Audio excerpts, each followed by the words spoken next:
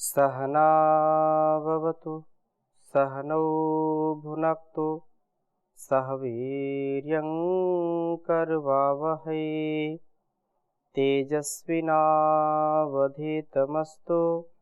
मा विद्विषावहै। ओम शांति शांति शांति।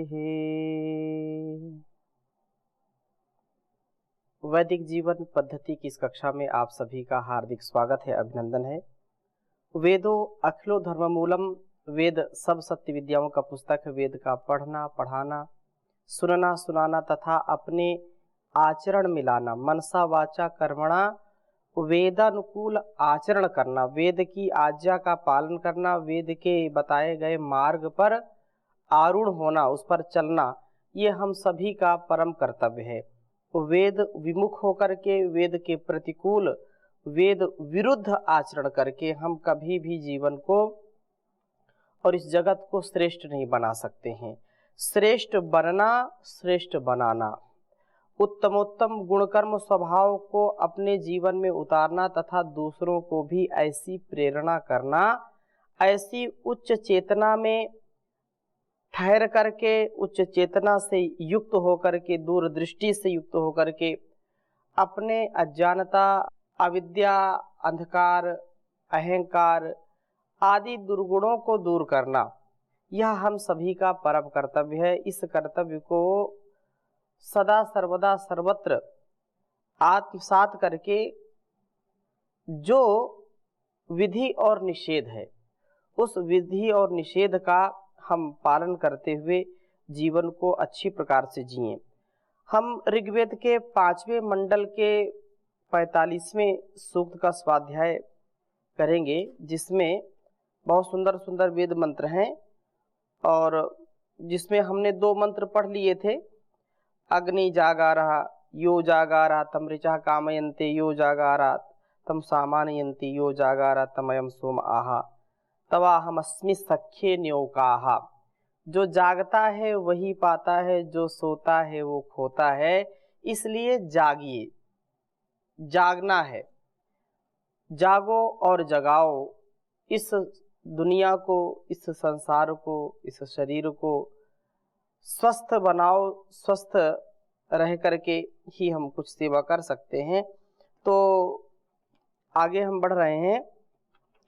15वें मंत्र में भी बात कही थी, अग्नि जागारा। जो जागरूक होता है वह अवश्य उन्नति के पथ पर चलता है।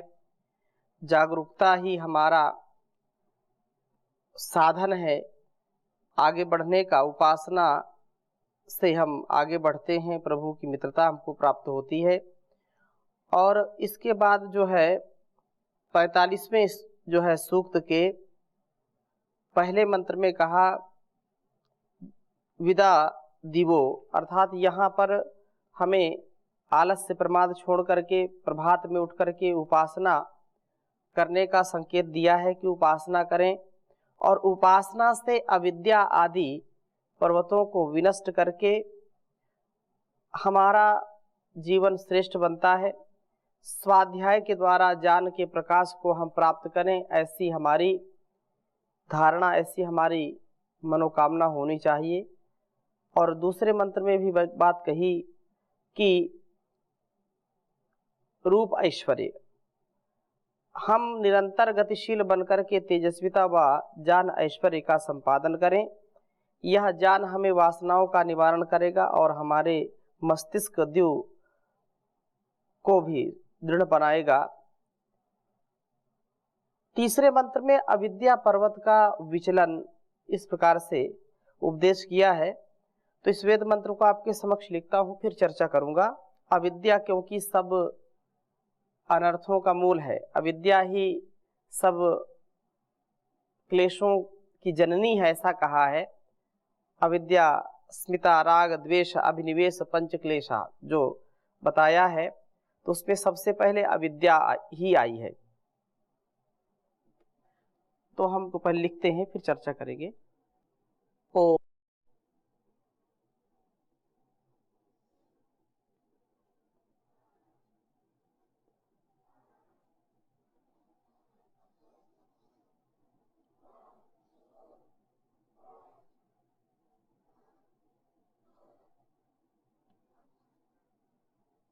अस्मा उक्थाय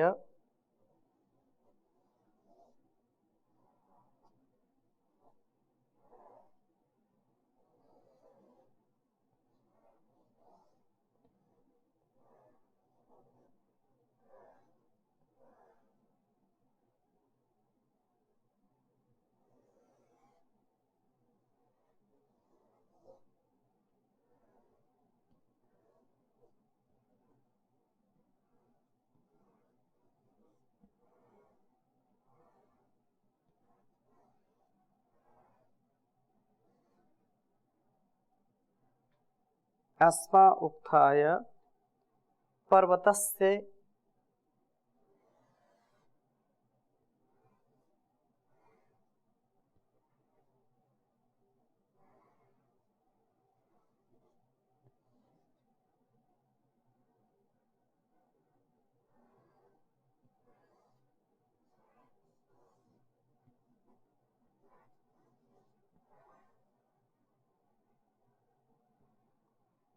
गर्भो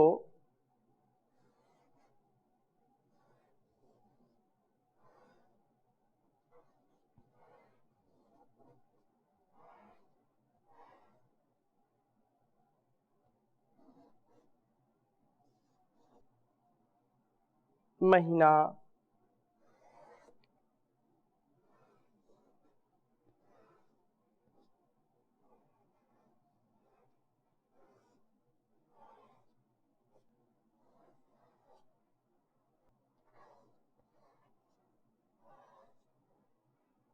पर्वतस्य गर्भो महीना जनुषे पूर्व्याय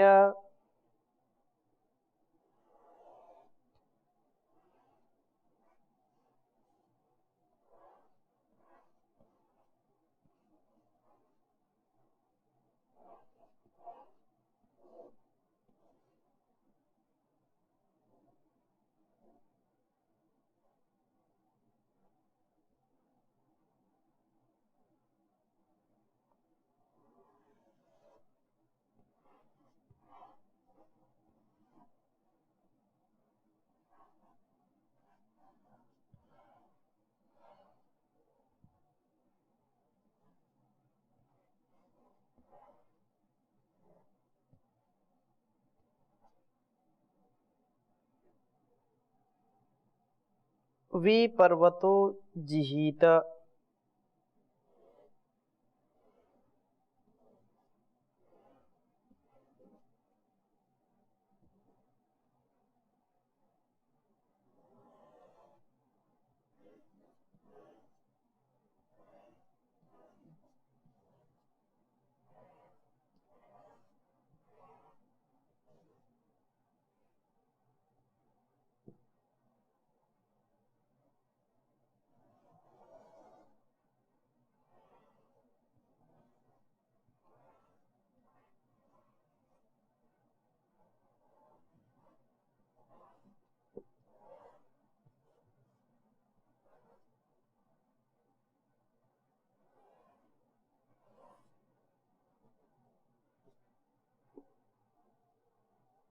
साधत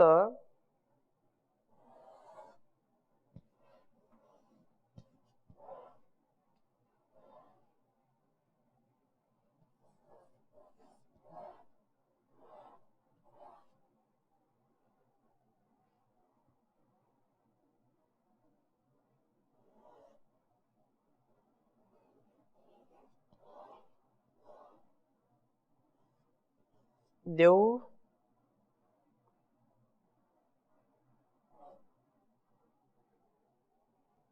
देवरा विवासंतो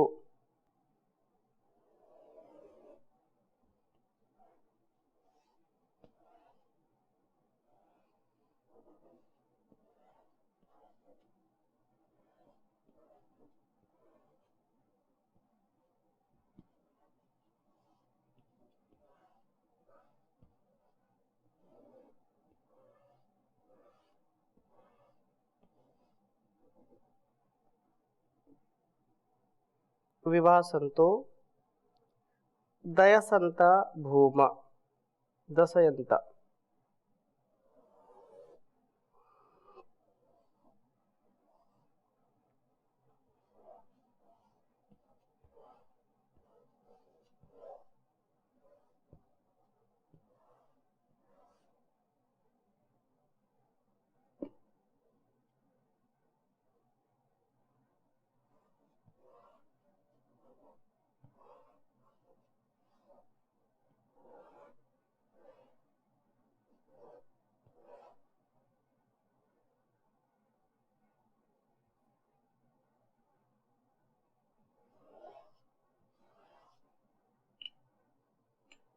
ऋग्वेद के 5वें मंडल के 45वें सूक्त का यह तीसरा मंत्र है।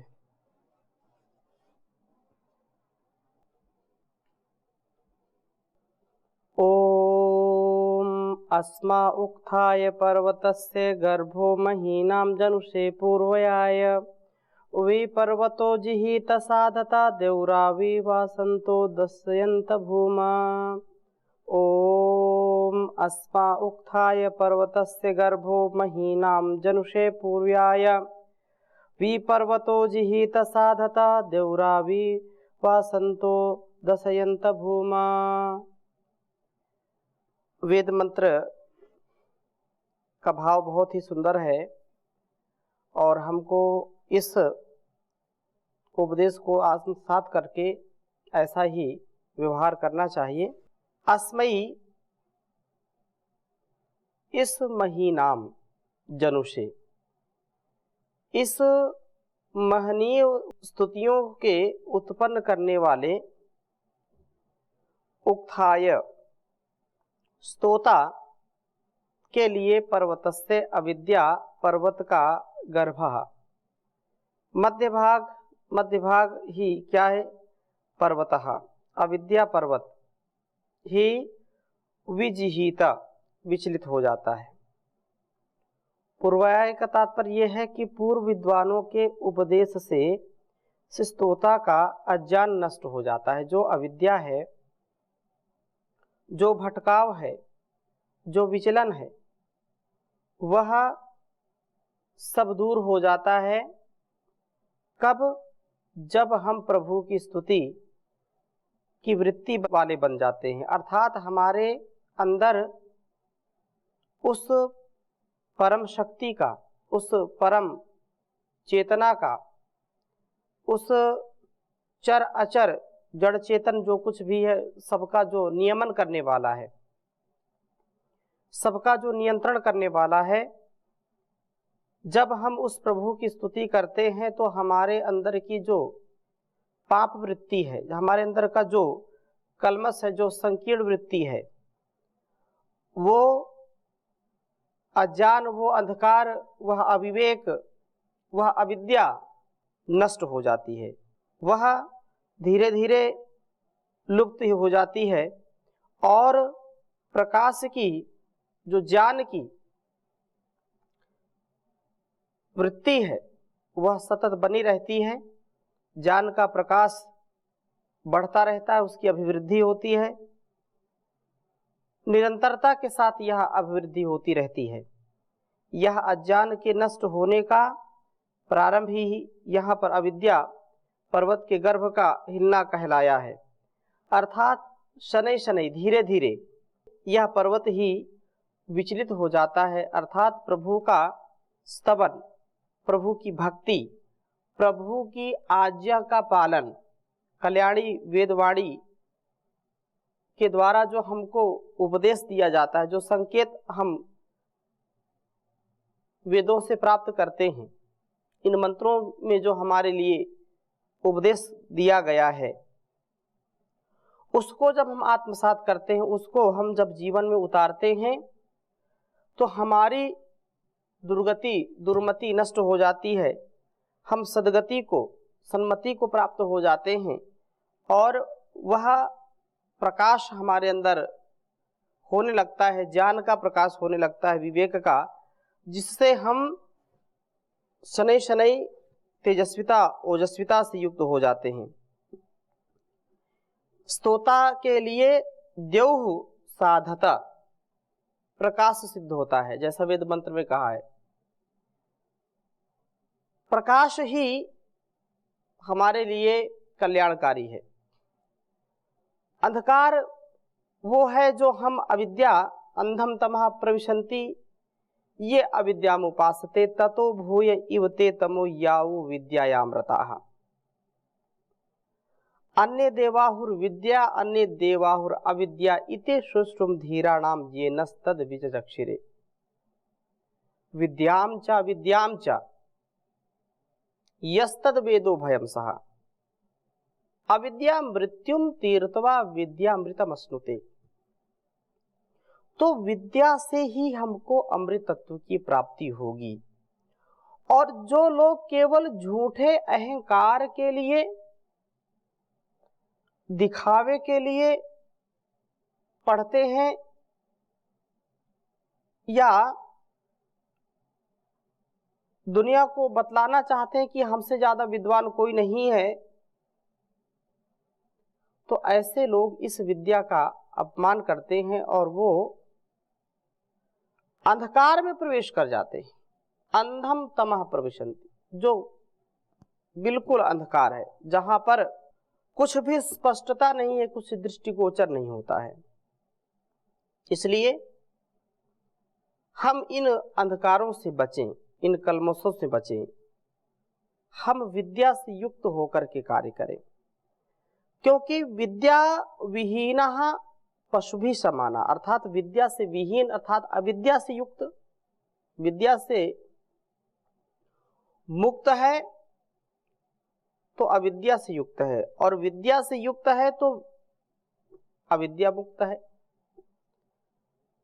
जहां दीपक है वहां प्रकाश होगा, जहां दीपक नहीं वहां अंधकार होगा। तो अंधकार और प्रकाश का वैर है, शत्रुता है। जहां दीपक रहेगा वहां अंधकार रह नहीं सकता, जहां पर सूर्य है वहां पर अंधकार टिक नहीं सकता है। यह यथार्थ है, शाश्वत है। तो इस दृष्टि से यही बात यहां कही है कि जो साधक हैं, साधना करते हैं, उपासना करते हैं, प्रभु की भक्ति में रहते हैं, उसकी आज्ञा का पालन करते हैं, उनका संपूर्ण कलमश जो अत्यंत चंचल चित्त है, अत्यंत चंचल प्रवृत्ति है, वे धीरे धीरे इस प्रवृत्ति से बच जाते हैं। और जब योगश्चित्तवृत्ति निरोधा की जो बात कही है, तदा दृष्टु स्वरूप अवस्थानम, उस समय साधक आत्मस्थ हो जाता है, स्वस्थ हो जाता है, क्योंकि उसको इस संसार का कोई राग, कोई द्वेष, कोई छल, कोई कपट, काम क्रोध लोभ मोह, ये सारे जो दुर्गुण दुर्व्यसन हैं, दुर्व्यवहार हैं, ये उसके पास एक क्षण के लिए भी टिक नहीं सकते, इतना उसका प्रभाव हो जाता है। इसलिए ये बात कही है। और आविवासन्तः, सदा प्रभु की ही परिचर्या करते हुए ये लोग भूमा खूब ही दशयंता, काम क्रोध लोभ आदि शत्रुओं का विनाश करते हैं। क्योंकि काम क्रोध लोभ मोह ही अनर्थ का मूल है। जब विषयों के प्रति, भोग भावना के प्रति, इस संसार के प्रति वासना आएगी तो ये दुर्गुण अपने आप आ जाते हैं, काम क्रोध लोभ मोह। और यदि हम वेदानुकूल आचरण करेंगे, वेद के बताए गए मार्ग पर चलेंगे, तो वासना आएगी नहीं, अविद्या हमारे ऊपर छाएगी नहीं, तो हम इन दुर्गुणों से, दुर्व्यसनों से बच जाएंगे। जैसा श्रीमद् भगवद गीता में कहा, ध्यायतो विषयान पुंसः संगस्तेषु उपजायते, संगात् संजायते कामः, कामात् क्रोधो भिजायते, क्रोधात् भवति सम्मोहः, सम्मोहात् स्मृति विभ्रमः, स्मृति भ्रंशात् बुद्धिनाशो, बुद्धिनाशात् प्रणश्यति। एक जो श्रृंखला है, एक जो कड़ी है, उस कड़ी को यदि हम तोड़ना चाहते हैं, उस कड़ी से यदि अपने पतन को रोकना चाहते हैं, तो हमको जैसा संकेत इन वेद मंत्रों में मिलता है वैसा जीने का प्रयत्न करना चाहिए। अब ये नहीं होगा कि कोई व्यक्ति ज्वर से पीड़ित है, दवा भी खा रहा है और जो पदार्थ जो भोज सामग्री नहीं खानी चाहिए ज्वर में उसको भी दबा के खा रहा खूब भरपेट, तो उस औषधि का जो प्रभाव है वो कहाँ तक काम करेगा। जब हम संयम नहीं बरत रहे हैं, हमारे अंदर की लोभ की प्रवृत्ति, काम की प्रवृत्ति, हमारे अंदर वो जो वासनाएं हैं वो नहीं जा रही हैं, तो फिर कैसे कार्य चलेगा। अर्थात व्यक्ति रोगी ही रहेगा। रोग को मिटाना है तो चारों ओर से कार्य करना पड़ता है। विधि क्या है, निषेध क्या है, पथ्य क्या है, अपथ्य क्या है, भक्ष अभक्ष क्या है, ग्राह्य त्याज्य क्या है, धर्म क्या है, अधर्म क्या है, पाप क्या है, पुण्य क्या है। इन बातों पर हमको जरूर ध्यान देना चाहिए और जो हमारे लिए अकल्याणकारी है उस कार्य को कभी नहीं करना और जो कल्याणकारी है उसको करने से चूकना नहीं। अर्थात कुछ भी हो जाए धर्म के पथ से विचलित नहीं होना, विद्या के पथ से विचलित नहीं होना, आत्म पथ से, आत्म कल्याण के मार्ग से कभी विचलित नहीं होना चाहिए। क्योंकि संसार का जो सुख है, जो हमको दृष्टिगोचर होती हैं चारों ओर, वे तो केवल लुभावनी वासनाएं, लुभावने जो हमारे वस्तु व्यक्ति या स्थान, तो इन वस्तु व्यक्ति स्थान का क्या अस्तित्व है, केवल यह है क्षणिक सुख और दीर्घ काल का दुख। तो क्षणिक सुख में दीर्घ काल का दुख कोई भी बुद्धिमान व्यक्ति, विवेकी व्यक्ति, विद्यावान व्यक्ति कभी नहीं चाहेगा। इसलिए हम धीमान बने, प्रज्ञावान बने, आत्मबल से युक्त हो, मनोबल से युक्त हो। तो आत्मबल मनोबल हमारा प्रबल है, योग बल प्रबल है, तो जीवन हमारा सफल है, ऐसा हमारा सबका प्रयास होना चाहिए। तो आज की कक्षा को यहीं पर विराम देंगे, शेष चर्चा अगली कक्षा में करेंगे। ओम शांति शांति शांति।